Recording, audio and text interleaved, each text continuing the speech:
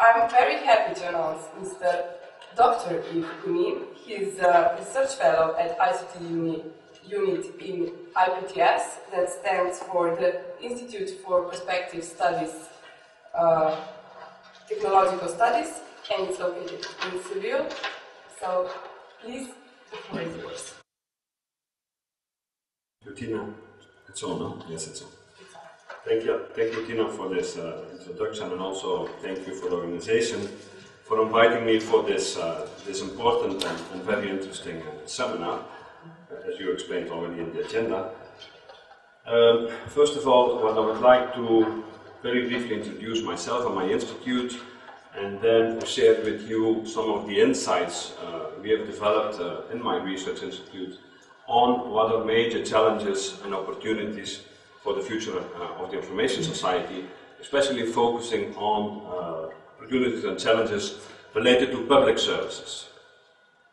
But first, let me tell you that I am part of a European Commission, part of the European Commission research institutes, because not everybody knows, not many people know, but the Commission has its own research laboratory as well. So on the one hand, the European Commission, of course, finances a lot of studies and a lot of projects which are going on in the outside world, I would say, but it also has its own research laboratories, and there are actually 7 spread out through all over Europe, as you can see there on the map, and we are based in southwest Europe, in Spain, in Sevilla, and we're basically addressing or looking at EU policy challenges and trying to answer EU policy challenges from a scientific and a socio-economic and socio-technological point of view.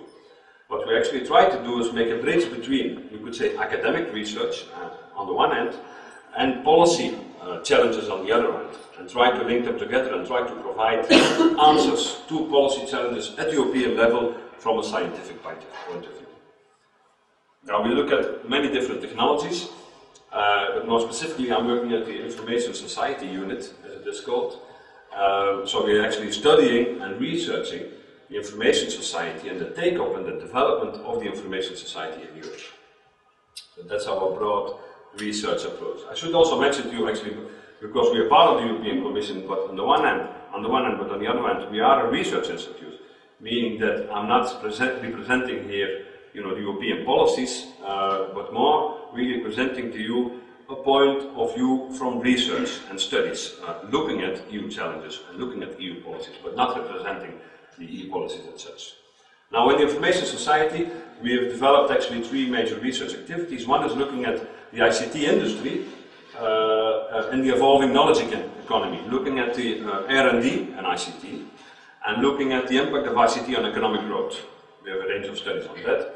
Then we have a range of studies on what we call ICT applications for society. And that's actually the area which I am leading for the moment. And there we have a number of studies on ICT for inclusion, ICT for learning and creativity, and ICT for governance. And of course, these are the themes also which are very relevant for the activities of the center here as well, and for the seminar today. And then there's a third line of activities which we call techno-economic foresight in the information society, where we look again at much more emerging technologies and emerging themes, new themes such as ambient intelligence, such as identity, such as search, and other issues.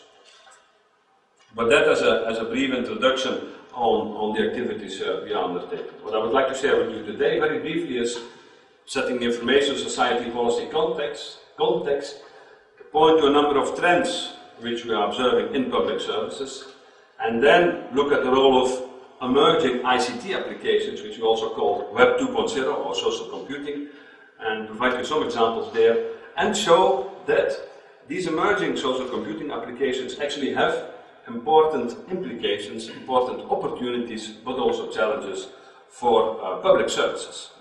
And that's why we call them, through the analogy of Web 2.0, we call them public services 2.0. And then I would share some major messages with you. First of all, okay, this is, as general, of course, we can assume that ICT is bringing about changes in our society. ICT is bringing about changes in our everyday lives, in business, in commerce, in public services, and in ledgers. ICT is actually also becoming the largest investing sector in R&D and research and development in Europe, but also worldwide. And the ICT sector is actually a very dynamic, very innovative sector and becoming pervasive to all other sectors in society. And that's very important. So ICT has a strong, you could say, transformational impact on businesses, on productivity, on competitiveness, on globalization, and is now also moving from the business sector actually to the public sector. With things such as interactive government, e-government, telemedicine, also lifelong learning. What we can say is that actually information systems and ICTs have become a critical resource and a critical infrastructure in our societies. They become as important and also therefore as critical as water, food and energy and money. And they are also becoming part of the policy making agenda. So they are not only of concern of policymakers, but also infiltrating the policy making agenda itself also. ICT of course give immediate access to information, to events, they enable delocalization, they enable the dismantling of a number of barriers, economic, educational, cultural, linguistic also, but they also provide new opportunities for cohesion, for collaboration, for community, and they require actually, and that's a very important point I think, also new regimes of governance. They actually require new ways of dealing, new ways of decision-making processes, because the changes they enable are pretty fundamental and important. What you see is actually what we are doing, we are building kind of a digital legacy as we transform our society from a physical to a digital society, from physical to digital personality. And we need to understand actually these new emerging paradigms.